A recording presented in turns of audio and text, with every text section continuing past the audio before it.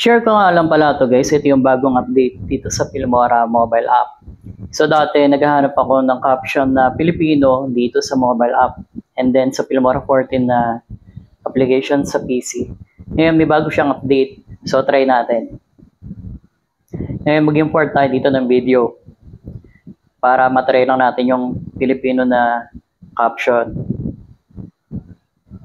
And then ito guys, import lang natin. Okay, next, ito, tap nyo lang to yung text. And then ito, select nyo lang to yung AI captions. Add captions. Tap nyo lang yan.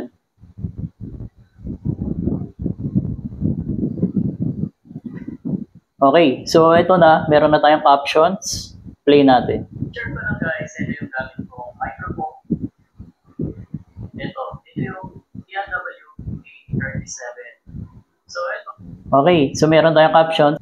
Ngayon, pwede naman natin yan i-edit. Tap nyo lang to yung text. Ibababa natin siya dito. Ngayon, kung gusto nyo i-edit yung text, for example, may mali kayong spelling, tap nyo lang yan. And then, dito, pwede nyo nang check yung spelling ng captions nyo. Okay? And then dito, pwede kayo mamili ng style or template. For example, ito, try natin to.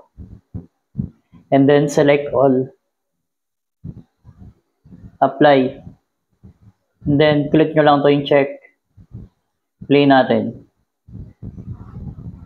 Sure pa lang guys, ito yung gamit kong microphone.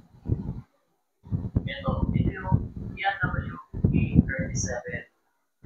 Okay, so yun lang yung tutorial ko for today. So, kung gusto nyo tong apps na to guys, ilalagay ko na lang sa description. So, yun lang. Thanks for watching.